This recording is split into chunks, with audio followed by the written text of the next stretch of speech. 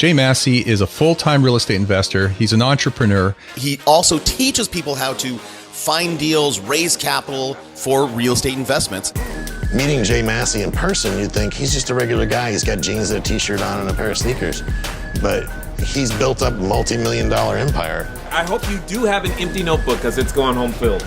Jay gives back so much value that I've never seen. Now, at this moment, when I'm looking at the kitchen, things are going through my head. You want to be friends with him, and he treats you like you're the only person in the room, even though it's for the benefit of everybody. This is how, when you ask yourself, how does Jay do it? This is how. He tells people that they have to take action, and they have to take action now. I took the action, and the results have paid off. What happens when the marketplace understands who we are and how we go out there?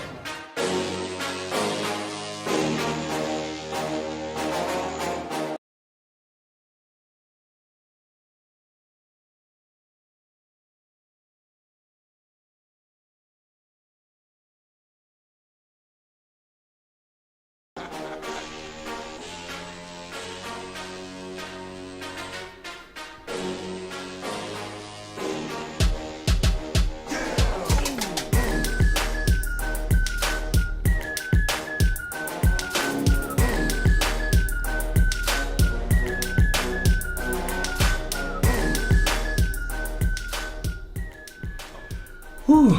All right. Happy Saturday, everybody. Hopefully, this is okay. A couple of things. I see some chat going. That's great. For those of you watching on YouTube, do me a favor. Someone type in the chat. I just want to make sure that I can see your chat as well.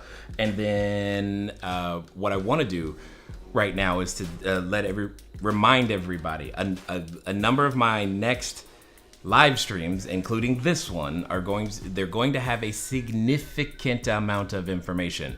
All right, significant amount of information. I will be occasionally talking really quickly, doing my best to get through all of the details, and also making sure that your questions are getting answered and things are there. I'm saying this because what I want you to do is go to CashFlowDiary.com/otter, like the animal. CashFlowDiary.com/otter. Let me tell you why. OTTER. That tool is going to forward you directly to a tool that is going to transcribe what I am saying for you on your mobile device in real time. And then later you'll be able to go back and search it. All right. So as it's recording, it'll be transcribing, and then you'll be able to jump through the transcription and the audio so that you can get to the parts that you absolutely need. Okay, and I'm telling you this right now because I know what I've got for you for this particular stream. You should be tagging every other short-term rental host you know.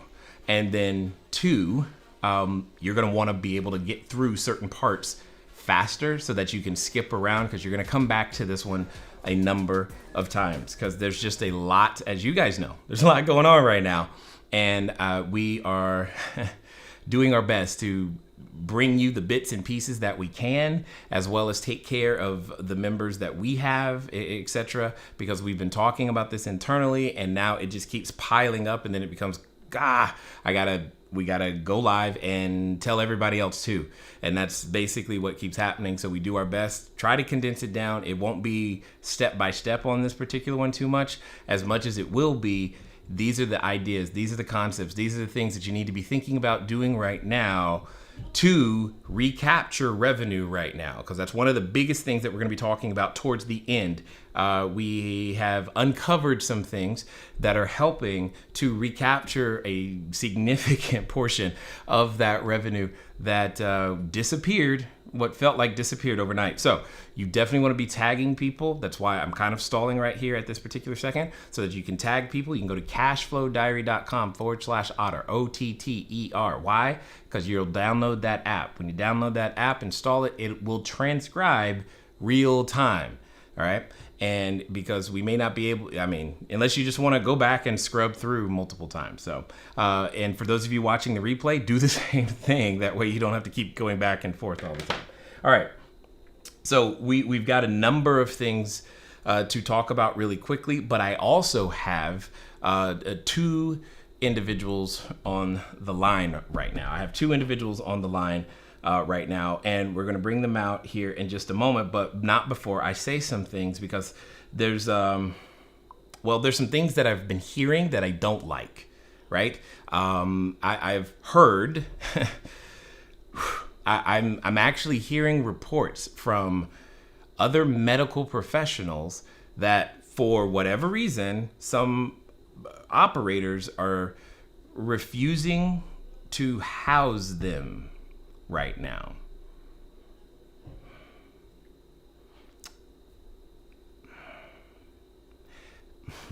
Yeah, I'm a little mad about that. That I have feelings. I'm gonna try not to get into my feelings too much, but seriously, like, wow. Okay, so I that is not a level of thinking I can understand. And now, especially if you are running in an entire place that is completely separate from where you're living, that is not something I can even understand, right? So I just can't understand that right now. But so what we've done is we were talking internally, and we have individuals inside of our own membership, inside of our what we call our roadmap, which is our premier program where we work with operators over 12 months and help them become bigger, better, badder. One of them happens to be a registered nurse. So I wanted her to come and talk because, she can hopefully shed some light upon what I will label, not her, I am labeling, so get mad at me. It's a fear, but oftentimes maybe it's not founded in enough facts, and therefore that could be part of the challenge, right? So I know the question, or one of the questions that's been out there has been, hey, if a medical professional comes, do I accept that or not?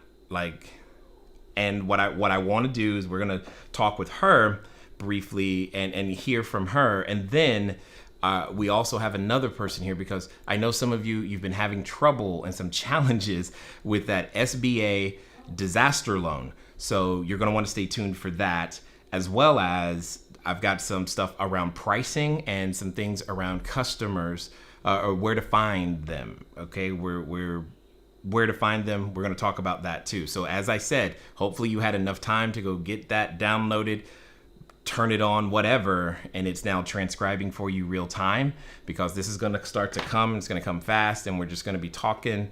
So hopefully, and then, yeah, don't forget, you can type in the chat. We will get to your questions too. All right, so I have with me, let me see, I think, there we go. So I have with me on the line one of our, like I said, one of the members inside the roadmap. She is actually out in, actually, I don't know where she is geographically right now. I think she might be on the East Coast, but I also know that she's got units available out in San Antonio, Texas, as well as Harker Heights. And if you're looking at the screen, you can see right there, you can go to nixonrentals.com if that's a place, if you know of someone who needs a place in San Antonio or Harker Heights and they're looking to quarantine themselves safely, they can do so there. But I have with me on the phone none other than Miss Janice Nixon. Janice, how are you?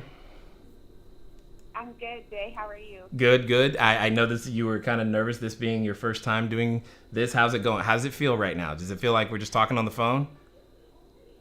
Yeah, but with a large crowd. So yeah. It's just a few of my best friends listening in. So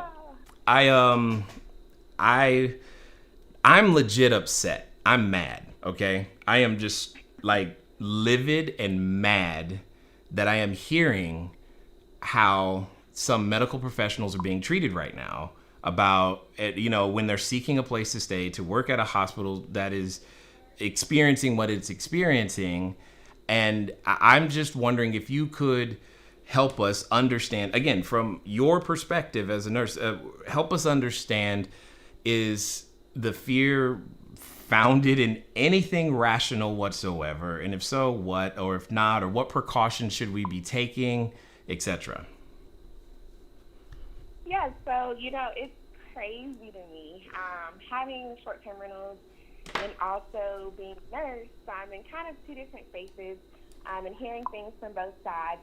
And it never, I guess, dawned on me that people are even having these thoughts until recently when I started to hear it. And I'm like, wait a minute, you don't want healthcare professionals in your space, or your landlord doesn't want us in your space, or other tenants of the property don't want us in your Right. space. To me, I've been beside myself with anger. Like, what is the problem here? What is it that what do you think they're responding to that's making that reaction? I think it's just the thought that, nurses are on the front lines, many that work in the inpatient hospitals. And, it's just that belief that anybody you come into contact with this virus, that automatically means that you have it, and that's not the case. The virus, according to the CDC, has no evidence of being airborne. So, if you come into contact with a patient that, just happens to be breathing the air that you're breathing, that does not mean that you get the virus. So I think that that's one thing that we have to break down and spread education on, because you're not automatically going to get it if you are in the space of someone else that has it. And there are many, many measures in place to prevent nurses and other healthcare professionals from getting it. The things that we put on, the gowns, the masks, the shoe covers, the protective eyewear if needed, all of those things are in place. And I do want to remind everyone that, before coronavirus became a thing, there were many other viruses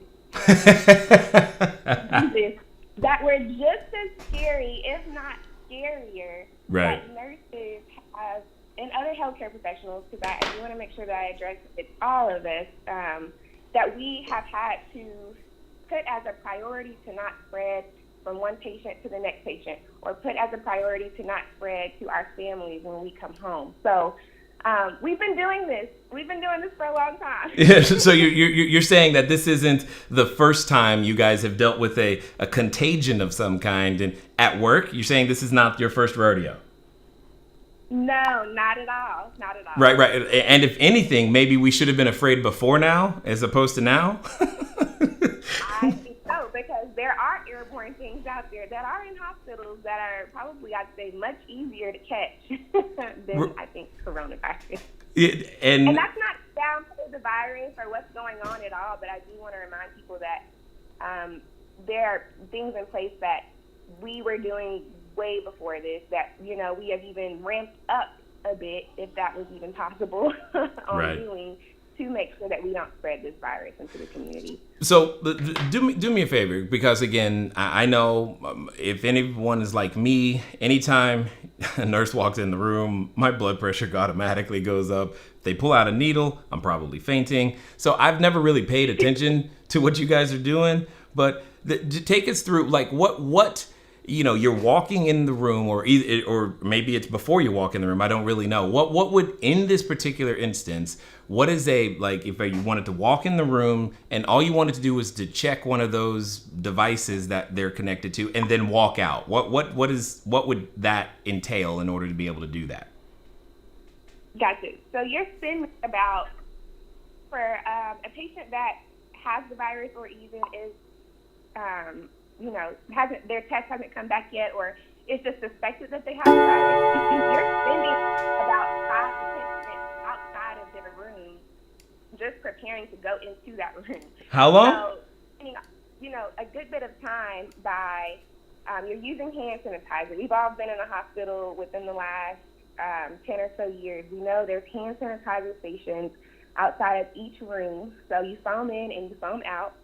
Meaning you foam when you walk in that patient's room and you foam when you walk back out. So that's the very first thing you're doing. On top of that, there are personal protective equipment bins, which is where your gowns, your mask, your gloves, eyewear if needed, shoe covers if needed. All of those things are stationed right outside of the patient's room. You're putting those things on. You're gowning up before you even turn that doorknob to go into that room. And when you're done, you might only spend 30 seconds in there, and it doesn't matter if you're going to be in there for 10 seconds or 2 hours. You do that each and every time. And before you walk out of that room, you take your personal protective equipment off. When you're at the door, this is at the door, so head it out. You throw it in that trash can, you walk out, you foam out again. For certain viruses, you do have to go and wash your hands as well. So right now, because of the hand sanitizer shortage, it's more so being pushed that you wash your hands instead of just using hand sanitizer to make sure that we really cut down on that virus. Got it. Now did you say foam out? What's that? Yeah, foam. So it's hand sanitizer foam on the outside of the doors. Uh-huh. So, yeah, it's like a foam instead of like a Purell, liquidy hand sanitizer. Yeah, so we just call it foam in, foam out. Got it. Okay, I was like, I'm learning something over here. So, and I think that's really what it is just it's a lack of understanding of actually what we're fighting to some degree, in terms of making sure that, well, that something doesn't happen to their space. I mean, and I guess from your standpoint, it seems like it would almost have to be a malicious thing you would have to try to do something like that. What people are afraid of in terms of having the virus inside their space. It seems like you would have to try to make that happen as opposed to it just randomly happen. Am I close? Yeah, very close, because you would have to pretty much be neglecting all of the guidelines put into place by the CDC all the way down to, the people, the managers of your floor. And it'd be really hard to neglect those guidelines because people are watching even more so now than ever because of this virus. So you wouldn't get away with neglecting it. You just wouldn't. Yeah, no, I didn't think so, but at the same time, like I said, I just wanted to do anything that we could so that we would be able to spread some facts, information, what have you, so that people could at least have something to point to, something to hear, something to watch and understand, or at least tag a friend on and say, look, please house them, because I can't. Like I said, I'm mad. I'm mad. Now, that aside, what I would love to tell us a little bit about your units that you have over there in San Antonio and Harker Heights, in case someone is looking or is a medical professional in this particular case. Like, if you know, like, what hospitals are you nearby? Are these 1 bedrooms, 2 bedrooms? Where are we starting at in price and whatnot? And then maybe they can catch up with you guys over at nixonrentals.com. Yeah, so we are, like Jay said, in San Antonio primarily. We do have one house out in Parker Heights, which most people are like, where is Parker Heights? That is near I didn't even know that was in Texas or not. So it's Killeen area, so that's very ideal for like a military family. We are close to a couple of hospitals in that area as well for any healthcare professionals that are traveling or looking to just kind of isolate themselves as well. But in San Antonio, we do have 1 and 2 bedrooms available, centrally located. If you're familiar with San Antonio, we're in the Southtown area, which is minutes from downtown, close to the Children's Hospital, close to the main medical center downtown as well, and near highways and all of that. So you have easy access to wherever you're going, bus transit, all of those good things. So and a very upbeat and newer complex. So, not that anyone's enjoying those things nowadays, but in case you were wondering. So, so we're in both of those areas. So if you need anything, definitely reach out to us. Got it. So before I let you go, one last question for the operators that are willing and housing individuals who are in the medical profession right now. Are there any particular questions or thoughts that you think we should be asking? Just in case. I don't even know what they would be, or maybe there aren't any. But I'm just curious. Is there any sort of additional precaution that you can think of that would? I don't know what it would do, but is there any additional precaution that you can think of? Are you asking are you saying to ask the potential traveling health professional that might be sitting there? Okay. Yeah. Yeah, I don't think there's really any question that should be asked of them. I do think that, you should have a conversation with them. I think all nurses, in the country, we pretty much are on the same page. We pretty much have to follow the same guidelines from our board of nursing and all of those things. But I think it's always good to have that conversation like, hey, I know you're a nurse. There are individuals in the community that might be a little weary about you staying here, especially if they're elderly or whatever the case may be. Right. So just kind of opening that line of communication and just, just kind of ask them, hey, what are you doing to prevent the spread?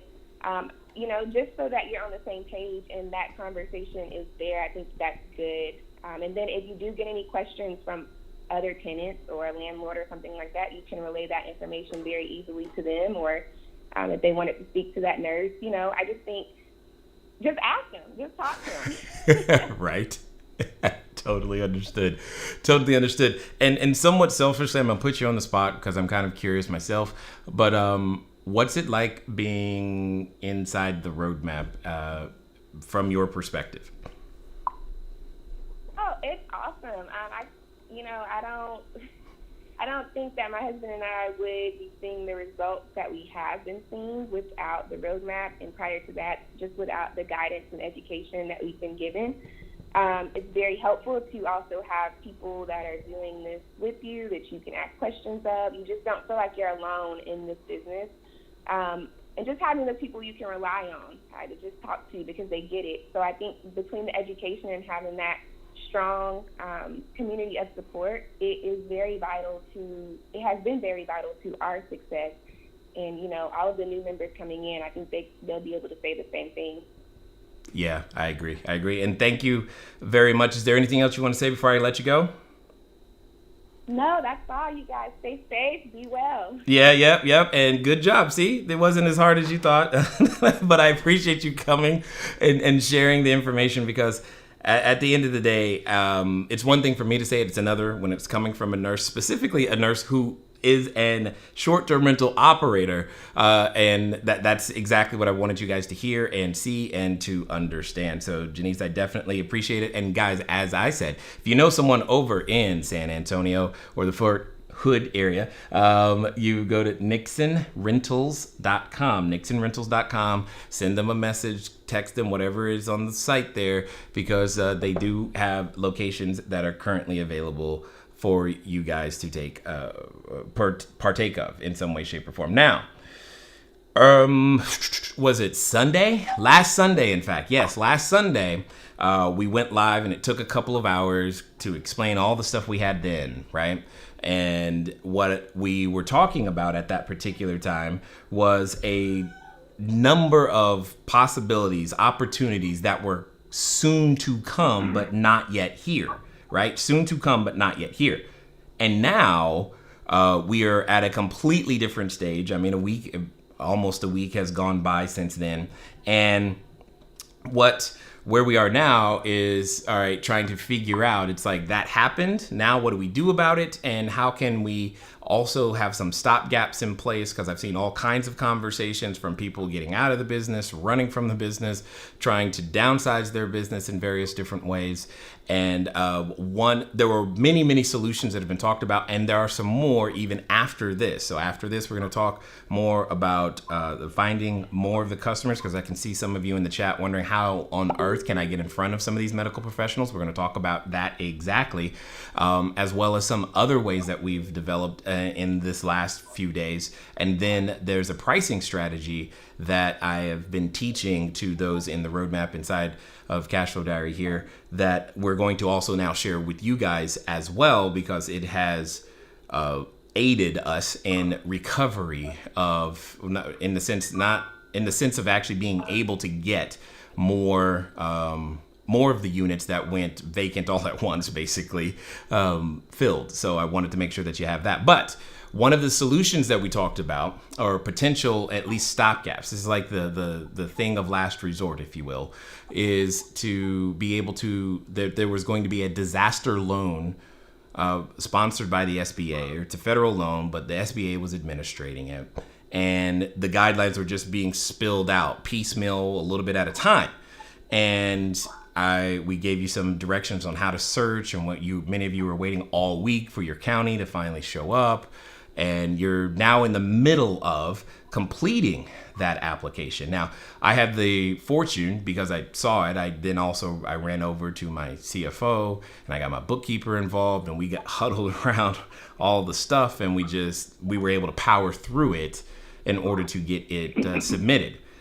And now what I'm hearing is that there's a number of you may not necessarily have a bookkeeper, CFO, all we'll call them advisors, if you will, that can help you complete it. So just like I just did a second ago, one of the members inside of our program happens to be an attorney, and he completed a training that I believe the SBA was giving to help, so that they can help his customers, his business owners, understand how to complete the application and how to make sure that they're filling things out to give them the greatest chance of not just an approval, but like an expedited approval. So I wanted him to come here as well. And ultimately, if you guys find that you need some assistance with that application, he's made a special email address available for you that you can see right there. It's SBAhelp@sajgrubbs.com. That's SAYGEGRUBBS.com.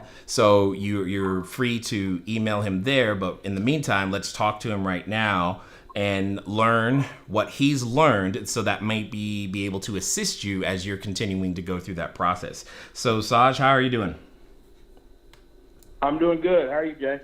I am excited and also exhausted because there's so much to do right now. Yes, I completely understand. So, is it normal for you or attorneys or the SBA to work with like groups of service providers and professionals to, explain the program to people? Is that a normal thing, or is this an emergency thing? Well, I think it's more of an emergency thing, and I am moving at the speed of instruction, as you say. Right. So as the president was speaking about the program, I literally picked up my phone, and I have a friend of mine who works for a congressman, and I sent him a text message, and I said, in no uncertain terms, how do I get this money? Right. And he replied, let me give you the email of the guy for the state of Alabama, because I'm in Alabama. Mm-hmm. And I emailed that guy that night. The guy emailed me that morning, gave me his cell phone number, and actually said I was the first person to contact the office. So first of billions. At that point, right. Yeah. So at that point, I was kind of wondering if they were going to be training people, what they were going to do, because it seemed like a lot of work. Mm-hmm. And, I know a lot of business owners are needing it. I was looking at it for myself because one of the main things my law firm does is help the elderly, and I do a lot of speaking engagements for the elderly, and they're all quarantined. So I was like, that's going to cut into my cash flow. A little bit. Right. A little bit. Yeah. So, that's one of my streams of cash flow. So I was wondering, what could be done. And I have a lot of what I would consider real estate investor business owners, like they own a business and they do real estate or vice versa. And they were, wondering also. And at that point, I was put in touch with a guy at the University of Alabama, and they talked to me, and we emailed back and forth, and they said, you know what, we need to do a training, because in every state, it doesn't matter where you are, every state is going to have these departments, these SBDC departments, and, you can go on their website, and they'll have local areas for you to contact. But as he explained, the issue with these departments is that, one, they're usually at a university, and most universities are closed right now, or under quarantine, or working from the house, and they were not staffed to help in any kind of crisis like this that we're in. Right, exactly. So at that point, he said, we need to train some people to be able to help people. And so I've been in the first 2 trainings they did, I was in it. And, there's nothing like what I call live training where you get to ask questions and go through stuff. And, so with that being said, I decided to ask around to see if there was anybody else that may need this information. And of course, I posted in the mastermind group. Right. Because I know as STR people, short-term rental people, they're looking for stopgaps also, Absolutely. For their cash flow. So, and these businesses qualify for these loans. And that's exactly what I saw like last Wednesday when you were sending the text message. I was like, ooh, I'm going to follow that because I want to make sure that when it's time, we're ready. And my CFO did the same thing you did, except for the California version. And that's how I was able to get my application in literally on Monday of this past week. Yeah. And I was like, good. And then it was like, okay. And now I'm hearing all of the challenges that many individuals are having getting it completed and questions about what to put in the boxes because they don't know. And at the same time, it's feeling very stressful because, between you, me, and everyone watching, I was already concerned that they weren't going to have enough money and they weren't going to have enough staff to get these processed. And I'm like, well, worst case scenario is at least I have it filled out and I'll keep working on other solutions in the meantime. And if it goes through, great. But if not, I don't want to be like waiting and dependent on it. What advice would you give to someone who's going through this process right now based upon some of the things that you have discovered and learned throughout the training? Okay, the main thing I think people need to keep in mind is that it is a process. So it's not like you will turn it in and they will have an instant response for you. Oh man, I want to turn it in and have a deposit. Exactly. So that's not going to happen.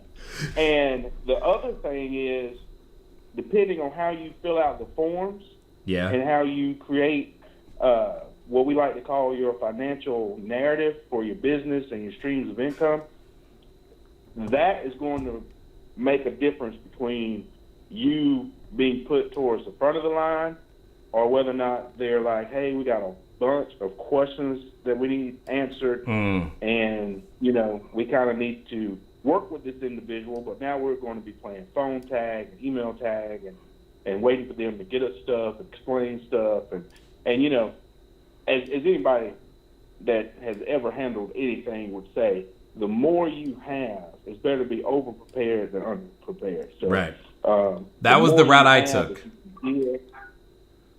So what? That was the route my CFO suggested, and that's the route we took. I can't imagine what else they would need other than maybe my blood type in order to figure out what to do. Yeah. And but the thing is this: most small business owners who will qualify for this loan do not have the CashFlowDiary team available to help get all that paperwork done. Correct. So, Right. Yeah. So, they're their own bookkeeper. Right. They may not understand exactly how to value their income streams. And that was one of the things I noticed. I said, you know what? A lot of mom and pop small business owners are not going to understand not only how to value their income stream, but how to explain why they need the amount they actually need. Right. And the thing that kind of bothered me the most about the whole process is there's a place on the form, and I was actually talking to one of the other individuals in the roadmap about this. There's a place on the form that most people skip, and it is probably in the top 2 or 3 of the most important things to fill out. And that is actually where they are expecting you to actually put your financial narrative and explain anything that may be negative, explain the amount of money you want and why. And, it doesn't matter if you've been in business for 4 months. Why did you think, over the next 8 months you would have made X, Y, Z? Do you have accounts receivable that you can show? Right. Do you have contracts that you can show with other businesses? I mean, it's so much stuff that they expect for you to be able to put in that section, because what happens is the person that gets your, application, they're flipping through the numbers, and then they're expecting any questions they may have to be answered in this financial narrative section, which they don't even call it a financial narrative section. It's at it's kind of like a section where they just kind of ask, they just say you can put additional information here. All right? And that's why most people skip it. So, they're like, well, I've already filled out everything. What else could they want from me? No, they want your financial narrative right here in this section. And they can read that and say, oh, okay, so this is why this person only has a, 600 credit rating, or this is why this person believes they need $50,000 to make it for the rest of the year. Of course, your numbers need to be legitimate. Everything needs to be legitimate, but at the same time, you need to explain that projection. And from the training I received, and just being a attorney that helps people do their businesses and structure their businesses and their asset protection, and actually helping some of my older clients even sell their business, I understand that most small business owners are not going to know how to do the value of that income stream, but that's how they're going to be basing your loan, is off that value of that income stream. And if you don't have that explained correctly in that narrative, you may need $50,000 for the rest of the year, but they're thinking, oh, well, this person can get by with $20,000. Let's give them that and get them out the door. So now, a couple of things. One, I see some questions are coming in for you, so I want to get to those. But there's a word that you use that I just want to make sure that everybody is on the same page before we go too far. I understand what you're saying, but when you say the words value your income stream, translate that to someone who maybe today is day 1, day 2, they were in month 2 of business, and they're like, I don't know what that is. Okay. When I think of valuing your income stream, your CPA can do some things, as we like to say, they can work magic sometimes, where your income stream does not appear what it may be. So there's certain things that you have to take into consideration, and your income stream can be more than just what you pay yourself. Right. It can be way more than just what you pay yourself. So if you don't know what to add back in on top of what you pay yourself, you will be hurting yourself as you fill these forms out, and your income stream will not be valued correctly, meaning you will not show the need for the actual amount of money that you need. Got it. Perfect. Now, we have a question that's come in. It says, when you apply, do you select the county and state of your business address or the location of the properties?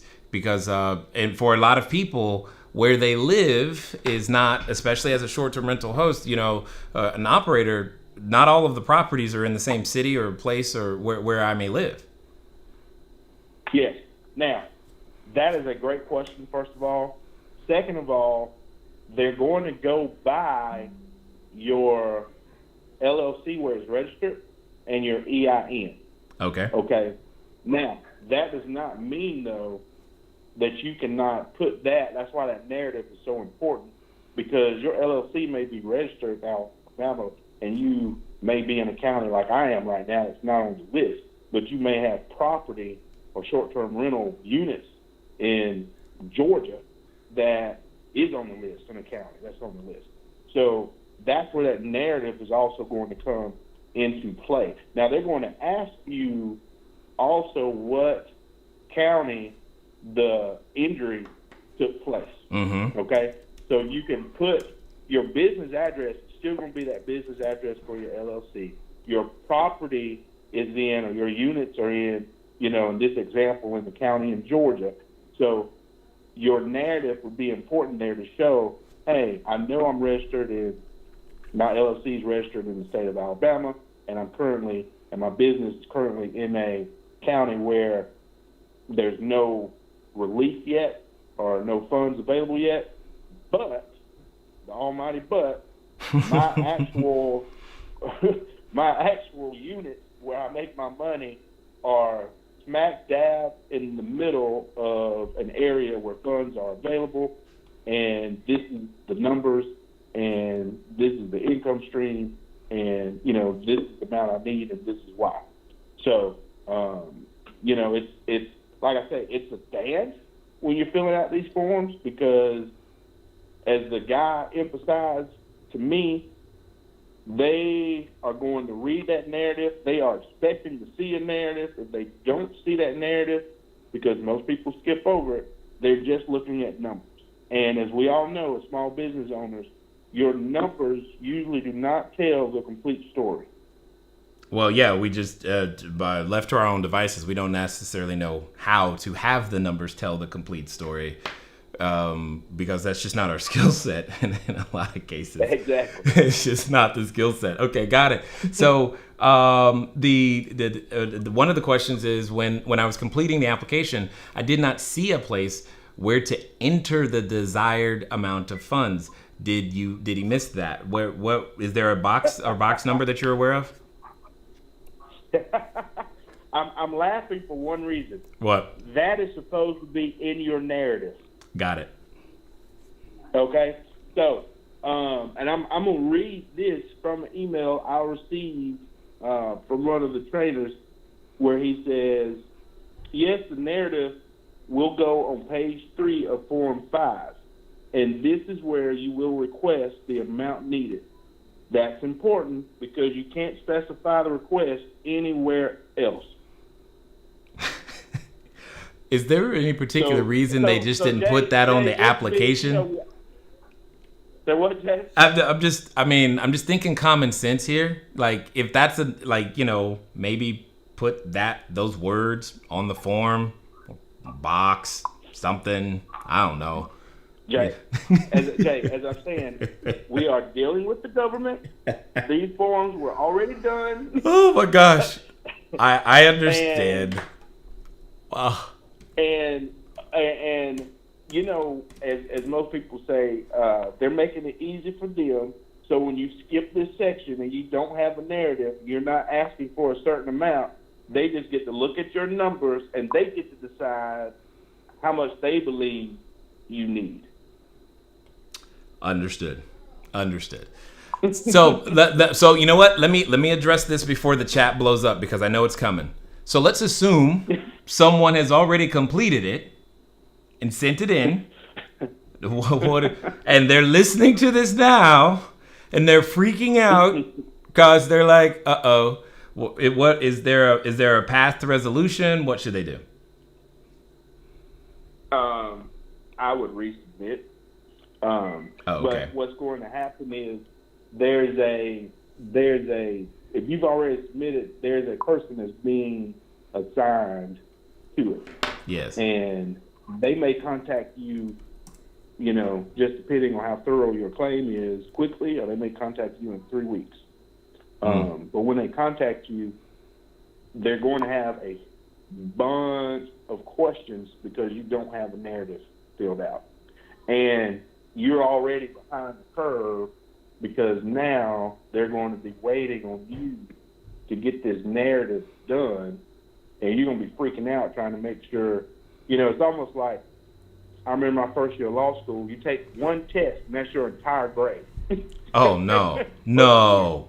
For the year. Oh, so no. Oh, no. Yeah, that's the way this is. It's like, okay, you got this, you're filling out all this stuff, and turning all this stuff in, but truly, the narrative section is the one test question that's going to decide, hey, we're going to move this one along pretty fast, and, give them the amount that they need, or we're going to ask them a whole bunch of stuff, and it may take 45 to 60 days before we can actually, get to a yes or no approval of an amount. Whereas if you do this narrative and get everything done quickly with the narrative correct, they'll probably have your answers.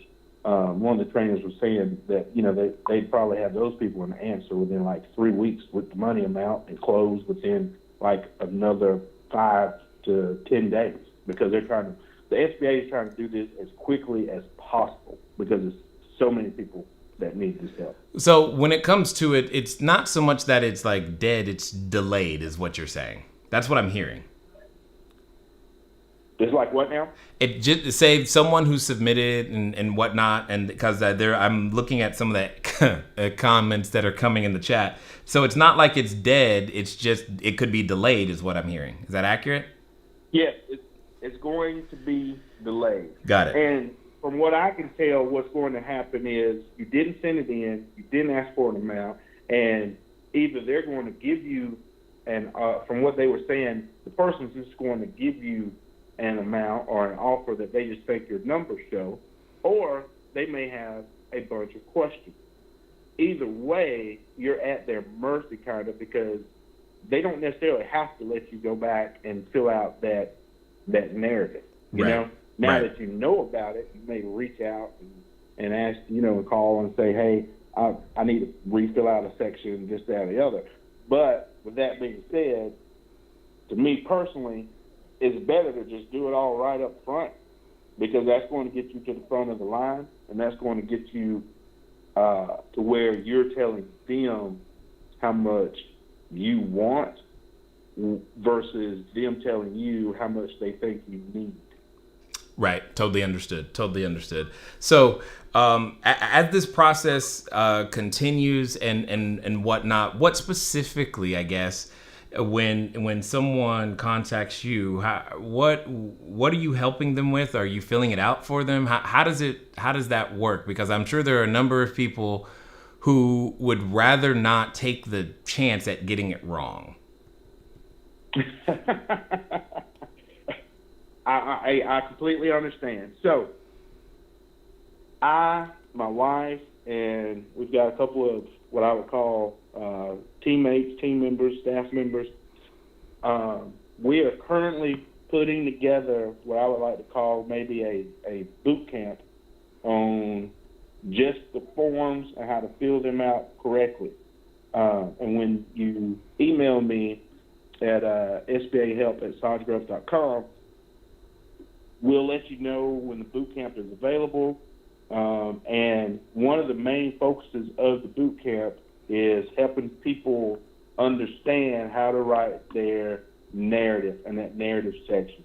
And then after the boot camp, if you would like to actually get our personal help, like not a group call coach type setting, but an actual personal one-on-one, that would be available also for us to help you customize and write your personal narrative. Got it. At this time, we do not have a way of helping people to just fill out all the forms for them, mainly because a lot of this stuff is going to be their own tax returns and things like that. So what I believe is the most important thing, and the most important way I can help with my background and my training, is to show people, hey, this narrative is going to be the key to you getting funded quickly and for the right amount. Got it. So, I'm just curious because, we hear on the news, 50 billion, all this other stuff, but then, that same earlier that week, we hear they're buying 700 trillion this and all this other, we hear these numbers and they're, first of all, unrelatable to begin with, but that still doesn't sound like enough to me. Does it sound like enough to you? Had there been any guidance about there's going to be more? And then at the same time, if they're asking for a number now, what about when they put a number that's too small and discover that I actually needed more? And that is why, one, I say the faster you get it done, the better, in case they do start running out, as more people get, as more people understand. Because if you really look at the amount he said is available versus the amount of actual small business owners that potentially qualify for this loan, I don't think it's enough money. Yet, at the same time, if people don't fill the forms out correctly, it will be way more than enough money. Right. And the thing is, it's better to ask for too much. In fact, they say, hey, ask for a full year's worth of what you may need. Oh, wow. The next 9 months worth is what they were saying is a sweet spot. And then if you get approved for the whole 9 months, or they were saying you could get awarded like the first 3 months, and then they kind of see how everything goes, but you've already been approved so that the next, after those 3 months, you can say, hey, everybody's still quarantined, COVID-19 is still running rapid. Can we get our next, quote unquote, part of the 9 months we were promised? So, yeah. So that's better to over ask than under ask. Totally understood. And because that's been part of the thing that I've been just ruminating and thinking about is like, if this is going to achieve the result it needs to achieve, it's got to be quick in order to save the jobs and the people. And then on the back end, it's got to be sustainable, meaning repayment. Have they talked about like when repayment would begin? Because it's not like if we talk today, boom, everything's fixed. Most businesses, and definitely the short-term rental world, it's going to take a few while before things get back to what they were. So is there any talk about that, or is that going to be like some future training? They did mention repayment. The loan, I saw someone say something about the loan terms. Loan terms are like, for a nonprofit organization, it's like 2.75%, I think, and then like 3.27 or something, or 3.72 for a small business owner. And you can stretch it out for like 20 to 30 years. But they were saying that the actual repayment may not start for like 6 months.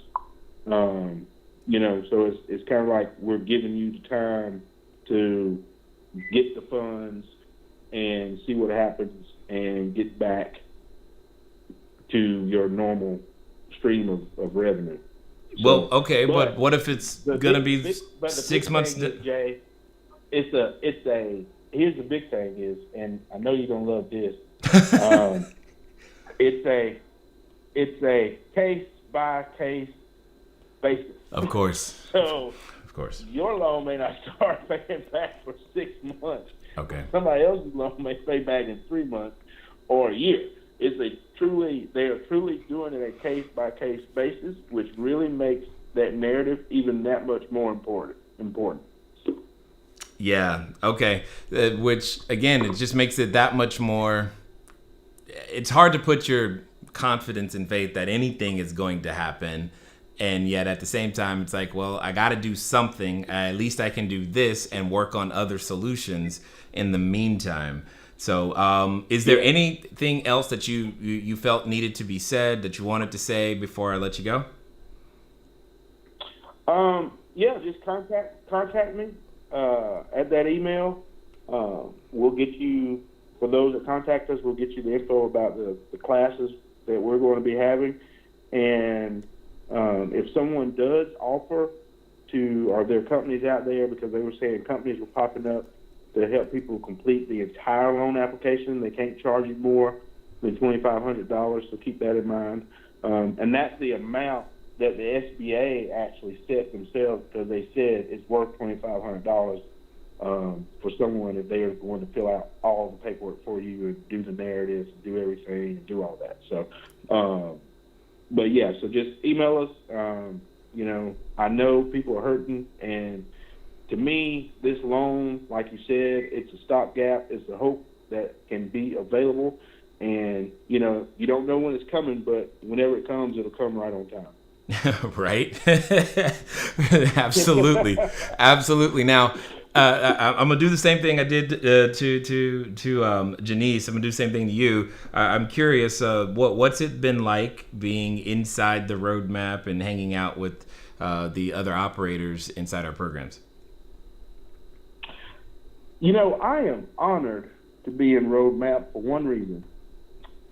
I have had a couple of setbacks when it comes to getting my units, but everybody in Roadmap is just moving along at speed of instruction, and they are so supportive. And, you know, they message me from time to time to check on me to see what's going on, and then, you know, may occasionally ask for some free legal advice.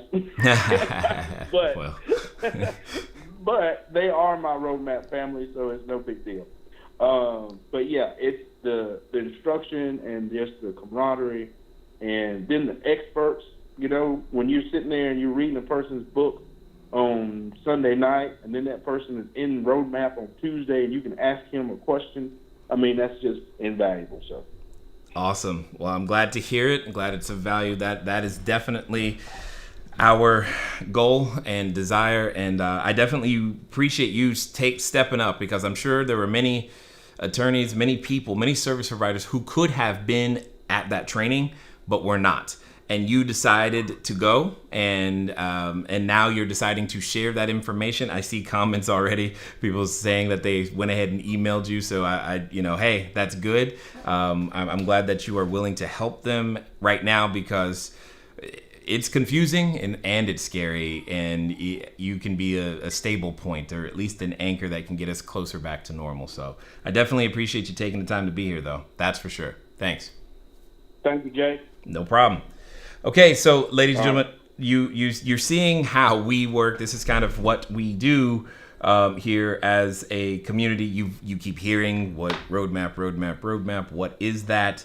Well, it is our 12-month program where we're always working with individuals, helping them build their business literally from scratch. And yes, even right now is a great time to do this short-term. I know it sounds crazy, and I'm also right.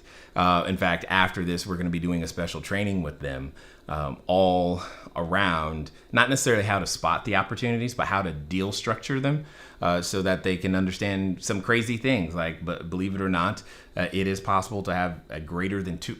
Now, I'm not saying go do this, but you could have a 200% loan and still make this business work.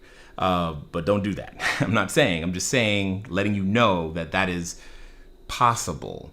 But when I say that to some people, they're like, oh my God, 200%, I would never pay that. But that's not really the issue here. So, but that's a whole nother story for another day. But this is the type of stuff we're always talking about. Taking you from wherever you are to where you want to be, helping you learn how to build your short-term rental business quickly, efficiently. As you have some setbacks, we're there to lock arms with you and help you get better with it.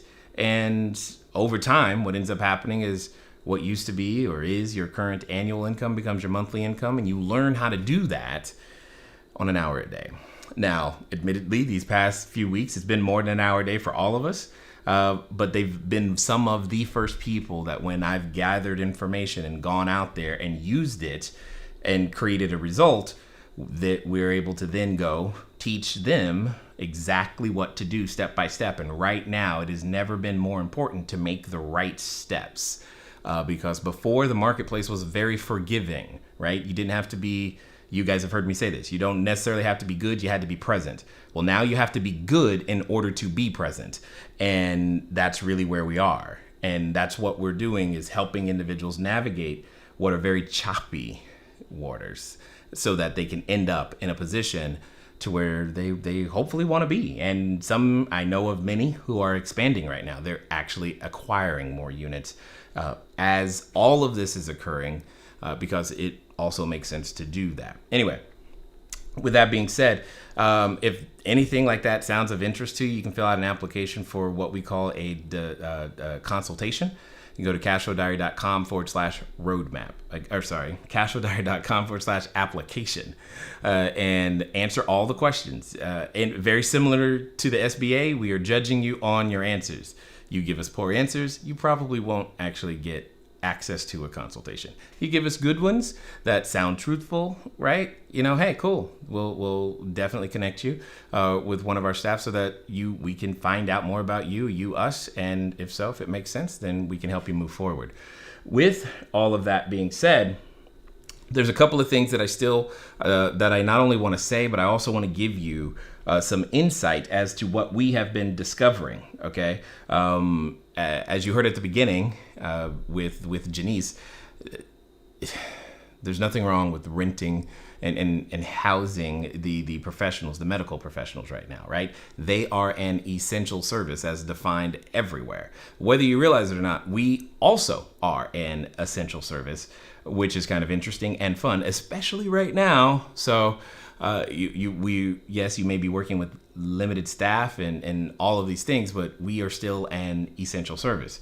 So let's go out there and serve the people as best we possibly can. Now, with that being said, there's a couple of things that I want to address. I don't want to make light of anything that you are feeling. I feel it too, right? I'm just as human as the next person. None of us are immune from feeling the emotions and the everything that goes with it. You can have, you might be excited right now, this exact second, but 20 minutes from now, maybe not so much, right? And that's also normal and okay. There's nothing wrong with you because you're having those emotional, if you will, that roller coaster, because that's what it can. That's definitely what it can feel like right now, right? And I just want to make sure that you understand that's fine. That doesn't mean anything is quote unquote wrong, other than what was normal. Our normal, your normal is no longer around. It's just not here. And we together get to establish, we get to choose a new normal. And that new normal is going to look different. It's not going to be the same. And that creates feelings of loss, right? And I'm sure psychologists, psychiatrists would tell you that having that, we should all be feeling some sense of grief and or loss to some degree, even if we've not had a person that we know personally affected by it, because we've all lost something to some, even if all it is your rose-colored glasses have come off, you've lost something, right? And it's okay to reach out to a friend and tell them this, reach out to another operator and tell them this. And for those of you who are leading people, it's okay to tell your team, hey, we're all feeling this. You are feeling this. And this is the direction we're headed, right? Because that's what is necessary. We have to lead more frequently. We have to lead from the front in spite of the emotions, right? You've got to give directions while crying and wiping mascara or your tears and everything at the same time. Do it. But do it. Because right now, everywhere needs the small business owners to continue to lead. And that's you. I'm talking to you right now. All right? There's no other way to just think about it. All right? So let's talk about where we're finding some customers right now, and then we'll get into the pricing, and then we'll be done. So some unique things are happening. Many of you probably heard that some schools are closing, right? You heard that. And when schools are closing, when I say schools, I'm talking about colleges, right? So colleges, the dorms, etc. And now those kids are being displaced. They're put somewhere. They may not have had a plan, or worse, if they're international students, they may not be able to get home, and they don't know really where to go. So we've been emailing and talking to your student associations, your HR departments at universities, and there was one more section in the I can't remember off the top of my head. I'm sorry, I should have wrote it down. There's one more section in there where we've been proactively sending messages saying, hey, you guys were over here. See, many people are thinking who are not watching this right now. So get ready to tag more of your friends because they need to hear this. Right now, you keep hearing in the news, demand is down, demand is down, demand is down. I disagree. The need for what we do is still present, okay? It's still present. That has not changed. The challenge is that the person who has the need doesn't have your number. That's the problem. It's literally a marketing problem, because before we were using various different channels, reaching different marketplaces, different ways, right? We could still reach some of those same people, but we were reaching them different ways. Specifically, if I'm talking about the college students, there's a double whammy hitting them right now. One, there was their school is closing, and they're like, okay, cool. Maybe I'll go on real quick and find a place on Airbnb. That's what they're thinking. They're actually thinking that, and they're trying to make a reservation. But you know what? Airbnb updated their algorithm about a week and a half ago, because they were cracking down on party houses because of what happened earlier. And anyone who's under 25 or that they detect is under 25 is not being allowed to make reservations, specifically under certain circumstances. So imagine now, that's what's actually happening, right? Because I have a number of people in our program who are emailing and saying, hey, I got this person, they're saying that they can't book, but the days are available. So here's what I did instead. I don't know what's going on. Well, what's going on is that Airbnb updated their algorithm, and that person right now whose school just closed on them cannot, in a lot of cases, make a reservation directly. So again, it's not like the need isn't there. They don't have your number. They don't have another way of getting in contact with you. So what we've been doing is being way more proactive and finding ways to get in contact with them or leaving our information in various other places, which is hyper inefficient. But it is effective, okay? It's hyper inefficient and it is effective. And in a minute, I'm gonna show you what I've been doing to attract those that are, again, over 25 and not getting screened out so that they can still make reservations, all right? I'm gonna show you that a pricing strategy we've been using to make that happen. But let's also talk about some other things that we've been doing that I strongly suggest some of you do. Many of you are operating in the same geographic area, same zip code, or same building even. Good, wonderful. To get one of you, okay, what you do is you set up a little bit of technology. You go get an 800 number, okay? An 800 number, voice over IP 800 number. So now that 800 number, when they call it, they call in. When it actually can do, you can do it one of two ways. If you want to do live calls, fine. If you want to do voicemails, also fine. You go get an 800 number. Somebody else starts calling, dialing, or going to the front office of the other apartment complexes in the area, because they are also an essential service. However, they are starting to be closed to the public. So that's a problem. They're starting to be closed to the public. But the person is coming hoping, hey, can I do a 1 month or a 2 month or a 3? Can I do something? But as the apartment communities start to close, guess what? They're not going to be able to do a nothing. And what we're doing is we're talking to the apartment communities nearby, leaving the 800 number. That 800 number, when they call it, that can then either be a live transfer or go to voicemail, and you guys do some sort of round robin. Again, Gmail can totally distribute the voicemail recording wherever it needs to be, right? It's not that hard, just take some thinking, right?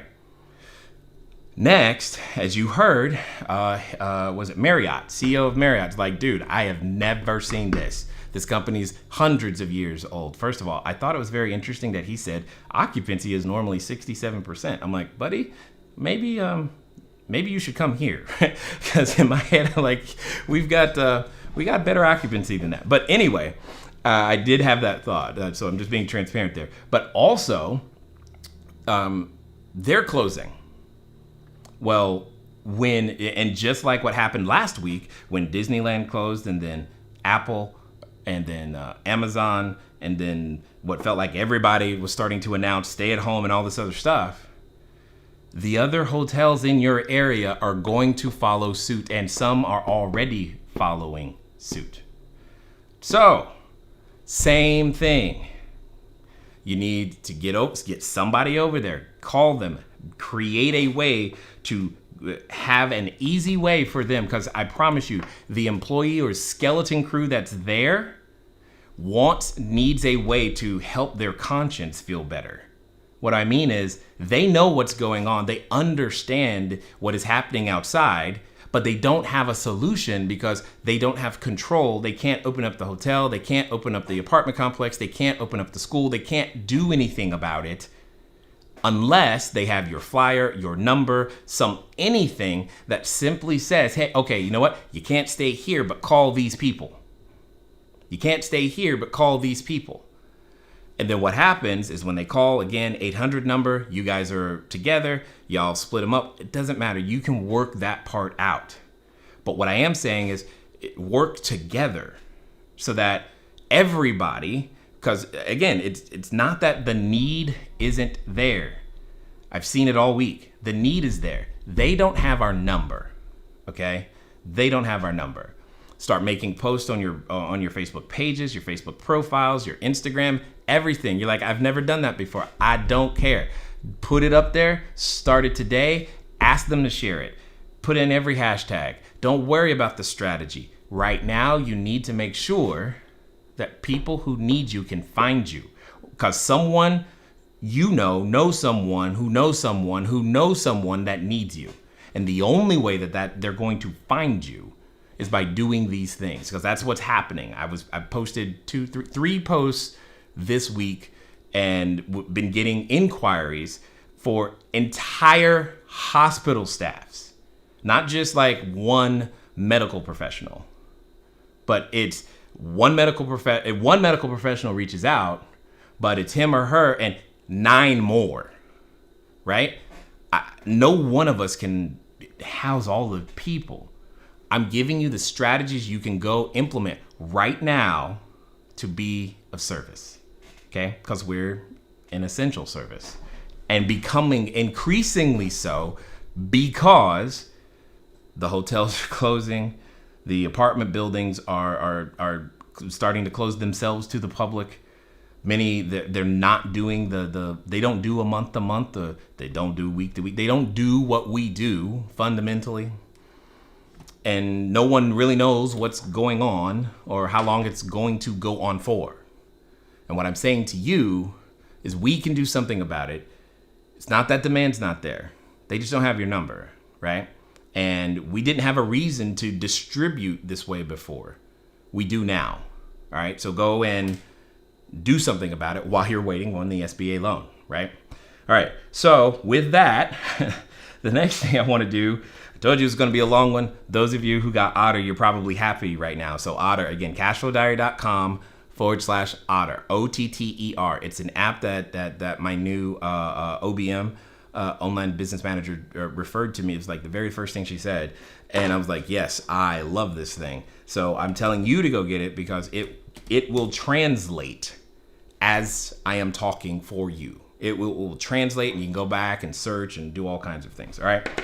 So I don't have the capacity right now to break this down to its 12th degree as much as I normally would like to. Okay. But what I'm going to do is that I've logged into my account here with Price Labs, and I'm going to explain that decision in just a second. But I'm going to show you very specifically I'm going to show you a group of my locations as soon as I can find the right group. So I'm going to show you a group of my locations and what some of the settings are that are resulting in what I'm after. Okay, because again, I was just like you. I got the same number. Well, I might have had more number of cancellations than most. But I had the same situation, everything, you wake up, it's all gone. You're like, what do I do? Right now, we're going through that process and we're doing it together. Right. So, whereas before, things were very, very green and filled and all this other stuff. Now, not so much. What I want to do is that I want to show you some things right here. Yep. Why are we doing that? Okay, that's the screen. Boom. Right, boom. Now you can see, nope. 1 second. See, that's just how crazy things are right now. Trying to do it all. Get it done. Come on, camera. Let's make it work. There we go. All right. So let me move that off the screen. So what you're looking at here is the inside of what just happened. All right. So you're looking at price slabs. All of this was red. Okay. It was much worse. Like much worse. Like very much worse. Okay. It was red. Red is bad. Green is better. Okay. And I'm still making the adjustments, and you can almost tell how I'm making the adjustments by how the red is disappearing, right? You can almost tell where I'm working because it is literally going in sequence relative to the adjustments that I'm making. Now, if you're not familiar with this particular interface, totally understood, makes perfect sense. And you're wondering, like, what is he doing? Now, this is where I'm going to show you a number of things right here. All right. So here's what's so. Oh, this one is now filled. Actually, once you are in Price Labs, what I want you to see is this right here. Because normally when I am talking about pricing and things of that nature, you hear me talk about Wheelhouse. Wheelhouse, the algorithm has not caught up to the problem, period. And therefore, I was searching for a way to help with pricing and figure things out. Price Labs have developed what is known as a occupancy profile that they have literally named coronavirus, okay, which is collecting the data and is also adjusting our pricing every 24 hours or every time a new reservation comes to make sure that we're not too high and we're definitely not too low, right? So that's step number one, okay? Now, the next thing is going to require a little bit of math, and if you did fill out the SBA loan, you'll be in perfect shape to do this. What you need to know how to do, this is a concept out of a course that we teach called NPP or No Pride Pricing, but what you need to know how to do is to find your break even. Okay, you need to know what that is, but you need your break even on a per day basis, meaning if you received this much money per day, you would break even on all those expenses. So you need to know what that is and how to find it. Once you've got that, okay, what we have been doing is as follows. We're taking the break even cost, so that break even amount, we're adding $500 per unit. That's a big departure from what I normally say. Okay? $500 per unit, because here's the risk if you price too low. If you price too low and someone books and for whatever reason they choose not to leave later, they may be grandfathered in at the price that they booked at. So at least make sure, worst case scenario, that you are making $500, right? That's really where that's coming from. And once you have that, I've been dividing by 30 days, and whatever that is, whatever number that is, so I'm assuming 100% occupancy, so I take my break even plus 500, divide by 30, and now that becomes my new minimum. Okay, hear me clearly, it's my new minimum, because with the coronavirus setting, the one thing that I have seen is that it will go a little lower than just way too low, okay? So it goes way too low. So that becomes the new minimum. Now, I also know that some of you're concerned about, okay, but what about 60 days from now, 90 days from now, all those types of things? Well, there's two things that we're doing. On 60 days from now, we're asking for a minimum of 60-day reservation. That's number one. Number two, 90 days, I think it's 120 is what we're asking for. So those two things will help you not end up with a really cheap 4th of July, if that's what you're thinking about. And then secondly, I'll show you one more time on my screen. Also inside Price Labs, you see right here where it says update. It says update overrides or show overrides. I'm gonna tap on update overrides. And when I do that, it actually pulls up this calendar. So what you can do is out into the future. Did I pull up the wrong one? I sure did. Hold on. I forget which one I put it on. Got it. So what you can do is out into the future, when you are concerned about getting because you're using, again, the coronavirus setting, which by default is going to be lower. If you're concerned about getting something that's way too low, then you can apply a change over a specified date range of whatever increase you'd like. So now that removes your concern. And again, it's not like you're necessarily trying to get a booking at that rate. You're more concerned that you're going to get something ultra low than you're necessarily concerned that someone's actually going to book that. And those two things, minimum 60 days out, and minimum 120 days, 90 days out, we haven't had that issue. Hopefully that makes sense. Okay. So we haven't had that issue. And settings like that, once we've figured out that magic, we've been playing with the minimum number, making sure that we're still at break even or a little bit better, to figure out where the traffic at each geographic area is. And I say that because I am operating in 3 different cities. So because I'm operating in 3 different cities, the exact point at which a number of reservations come in is different for each one. And I've had to play with each set of properties to figure it out. And I'm saying you do the same thing, because the traffic is there. That's the one thing I can tell you. They're still on there. They're just looking at numbers way, way, way, way, way, way, way lower. And you don't really know how low. So I leveraged price slabs to help me have a range of what low looks like, put in a stop loss with my minimum, if you will, and then made sure that I had a limit order on the high end side. And then I've been playing with that range in $1 to $2 increments day by day. $1 to $2 increments day by day, until I find that spot where we get 2, 3, 4 reservations in like a 4-hour span or more, or less, something like that. You go do the same thing. Okay. That is what I'm suggesting. That is what I'm saying. That is what is helping literally right now. All right.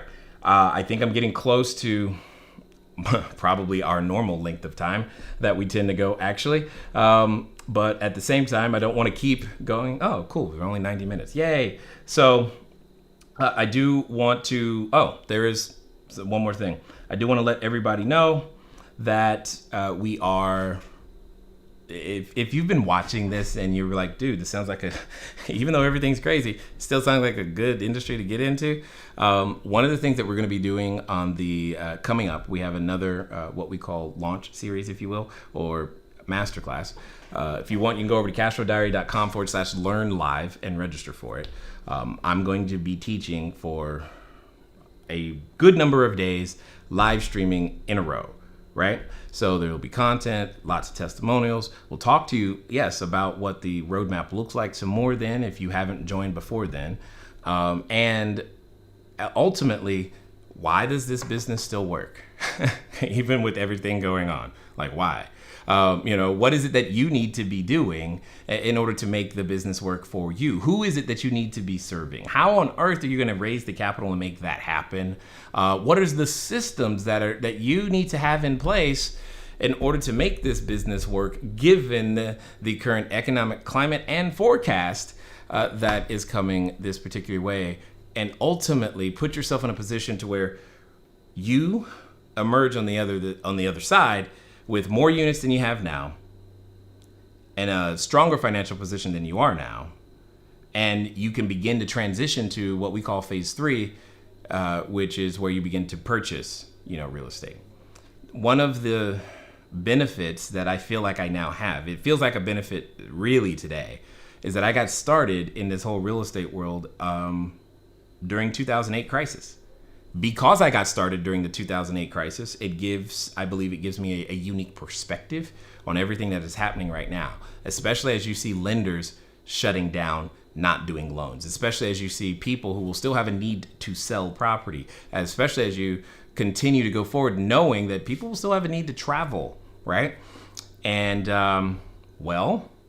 how can you position yourself, your family, when maybe what just happened to you is you got laid off, or you're about to get laid off, and you're going to need another way of creating value in the marketplace, or maybe you're concerned about getting laid off, and you know that your skill set is such that you need to add to it. If you find yourself being or feeling like you're one of those people, what I would encourage you to do is go over to cashflowdiary.com/learn live. Cashflowdiary.com/learn live, right? And I love to assist you. I love helping. I like teaching. I like training. What I'm going to do right now is I will open up the call line. If, in case one of you has a question, I'll probably take no more than 3 questions, assuming somebody dials in within the next couple of seconds / minutes or what have you. And I will answer those questions, and then we'll be done. Ultimately, ladies and gentlemen, we are all in this together in one way or another. It's all connected, and it's all crazy right now. It's all new as well, right? We are redefining together what our life experience is going to look like after. We may not be consciously doing it, but we should be. we should be aware that that's what's happening. And we should be able to understand that certain things are going to move our business around. I mean, some school years are going to get canceled completely, which is going to change travel. Some of you know what? Taxes get pushed back, July 15th. That's a new thing, right? That's going to have an effect on service providers for sure. All of the stuff that is happening right now, it's an inflection point for each and every one of us in various different ways. And we get the privilege of deciding what type of inflection point this is going to be. All right.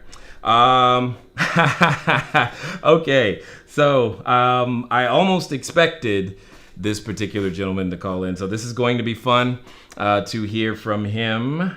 Let me see. Oh, he's still going. Okay, there we go. So when on days like today, we have an automatic screener. So I'm waiting for him to finish that, and then we'll go there. All right, here we go. Boro, what's up? Hey, hold on 1 second. Let me just pause your live feed because it's delayed. Hold on. Sorry. Yeah, it is. It is very strange otherwise. You're like, all right. Yep, you're talking to me twice. What's going on? Well, thanks so much. I always appreciate the live feed, especially during this time. You've been putting a lot more effort and work into providing us with the feedback. So I'm grateful for that, by the way. You're welcome. No problem. And so I guess I have I've asked this from a couple of people, but I figured I'd ask you too. I have a current inquiry from a traveling nurse who's coming in town, who's gotten a contract for 3 months at a Hillsborough hospital, which is nearby my apartment. And she's reached out through Airbnb, and essentially the breakdown of it is 98 days. Her price is $11,355. My payout is $9,600. She would like me to have an extended discount, which I'm happy to provide. So I've advised her to make a booking for about a day, two to up to a week, and then we can take the listing off platform. In her budget, I forgot to mention, her budget is $2,000 a month. My operating costs, being the electricity will be variable, are about $1,500 per month. And I'm trying to figure out verbiage into how to, present the number that I would love to have, which would be at least $2,600. But given the time and circumstances that we have right now, it might be on the higher end. But $2,600 would be significant savings for her to begin with. And this is a brand new apartment. It just got in the market last week. So everything's new, from being remodeled to all the furnishing and appliances. Okay, got it. Yeah. No, so let me ask a couple questions. What did you say the standard? So market, or sorry, your advertised price is what? Advertised price with the Airbnb service fees toward her are $11,355. Okay, 11,355. So basically, she would pay 11,355. People are about to learn something very significant right here. But and what was your payout? Sorry, one more time. What was your payout on that same number? $9,600. Got it. And that was for 78 days. You said how many days? 98 days. 98 days. Got it. Hold on. Let me do some math. Okay. Which is about $3,200 a month. Okay, got it. Totally understood. Now, my next question though is, what is your break even per day? Per day is divided by 30 days. It's about $50 per day. Got it. So what is your? So all right, got it. Totally understood. So what is your? So your question, and she needs 2,000. Her budget is $2,000. Yes. Okay, Her so what's stated that? budget So what am I is missing? Yes. It sounds like that could work for you. Yes. It sounds like what? That sounds like it works for you, does it not? What am I missing? Yes, it does. It would be about $500 of profit a month.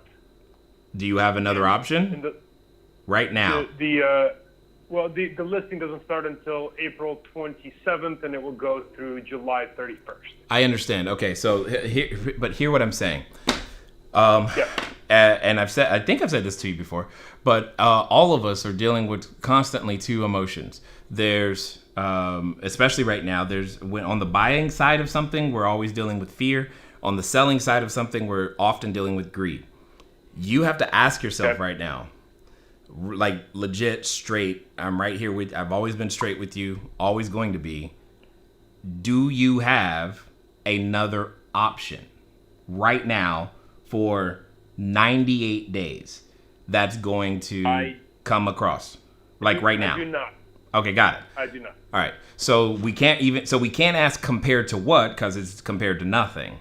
So then what you're saying is, I think I understand what you're saying. You're like saying, Jay, should I take the $500 when I have the potential for earning more, and if I wait? Is that the question? Correct. I guess no, not exactly. Not exactly. I suppose the question hasn't much to do with future stuff. The question has to do with, well, it's more of, is that the actual budget that she's asking for? Probably. I have found most of the medical professionals, especially the nurses, they start with, they're getting some sort of stipend or allowance, etc., and they get what they get, and what they got that's what they got.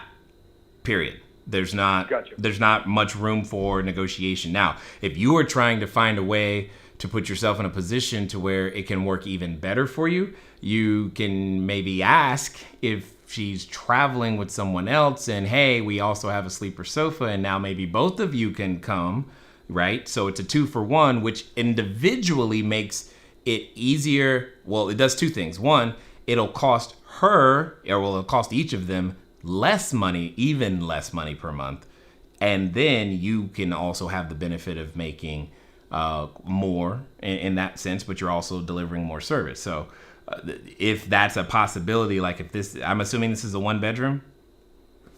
This is a 1-bedroom, correct? Yeah, okay. So what I've been saying to those, even those coming into my 1-bedrooms, is like, hey, we also have, obviously we have the king size beds, but we also have the sleeper sofa, that's queen.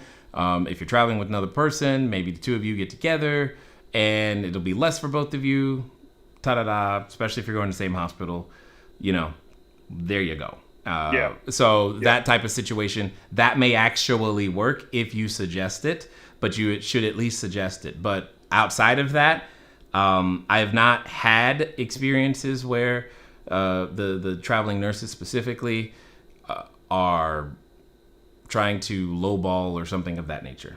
That has not been my experience. So I'm inclined to believe them.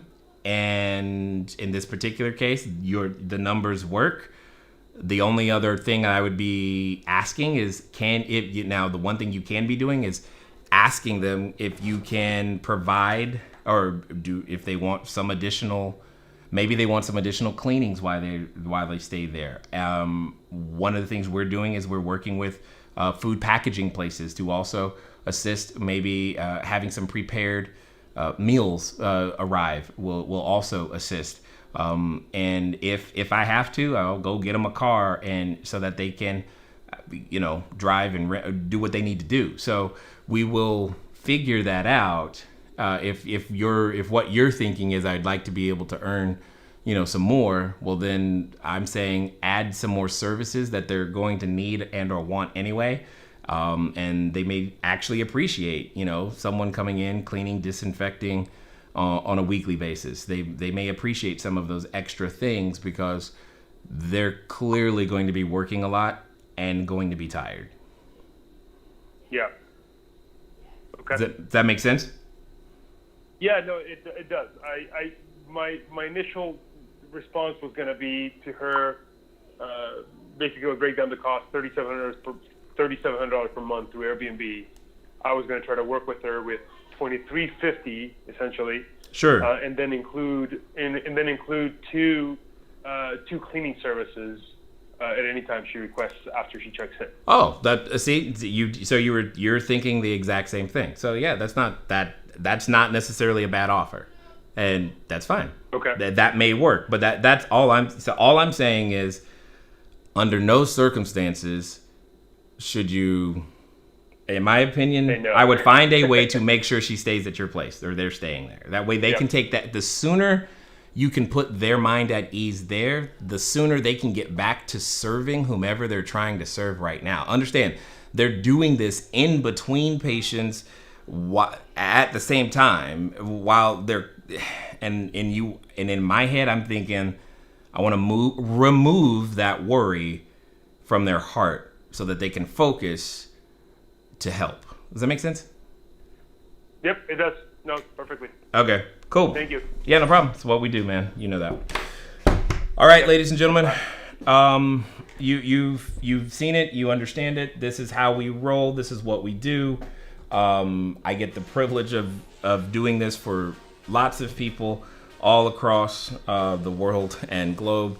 And I feel very fortunate to do so. I'm very glad, honestly, that we get to help right now in this time. It's interesting being an essential service and finding ways to help other people be that same essential service to their communities, and that's exactly what gets me excited. So hopefully you guys you were able to get some information today. You got some ideas around why you should be housing the medical professionals. You got some ideas around the disaster loan and what it entails and the specificity and et cetera, et cetera, et cetera. Hopefully you learned some ideas, some thoughts around the fear that you're feeling, the emotions that you're feeling. It's completely fine, right? And we gave you a number of ideas of how to go get in front of more customers right now, okay? And even diagnosed or worked with a live situation to help structure a accommodation package, if you will.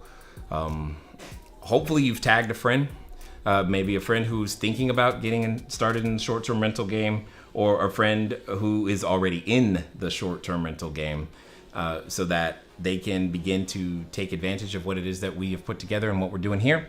And if you find yourself in that situation where you're like, you know what, I am ready to get started absolutely right now, I like this business, what it can do for people, then I would encourage you to go over to CashFlowDiary.com/application, answer the questions completely and thoroughly, and then assuming you pass, you'll get an invitation to have a consultation with us. If you want to be more laid back and just kind of go, you know what, I'll get started, I'm kind of interested, but not really. Let me find out more. We'll be doing a series here shortly, and you want to register for it to find out when, the dates, the times, etc. Go to CashFlowDiary.com/learn live. Ladies and gentlemen, I just thank you for your time and attention. I thank you for those of you, I really appreciate those of you who risked sharing, tagging, liking, and spreading the message. Those of you who are on YouTube, and if you hit that subscribe button, I really, really thank you for that. because we need more there too. And we are an organization that's trying to help more people become bigger, better, better entrepreneurs one day at a time. We're fighting it with you, teaching with you, learning with you. The only thing difference is that we've heard more no's than you. We're just as human. And at the end of the day, the goal is that rising tide, it's coming. We hope you'll let it lift your boat. Ladies and gentlemen, it's been fun talking to you guys today. I look forward to talking to you soon. Until next time.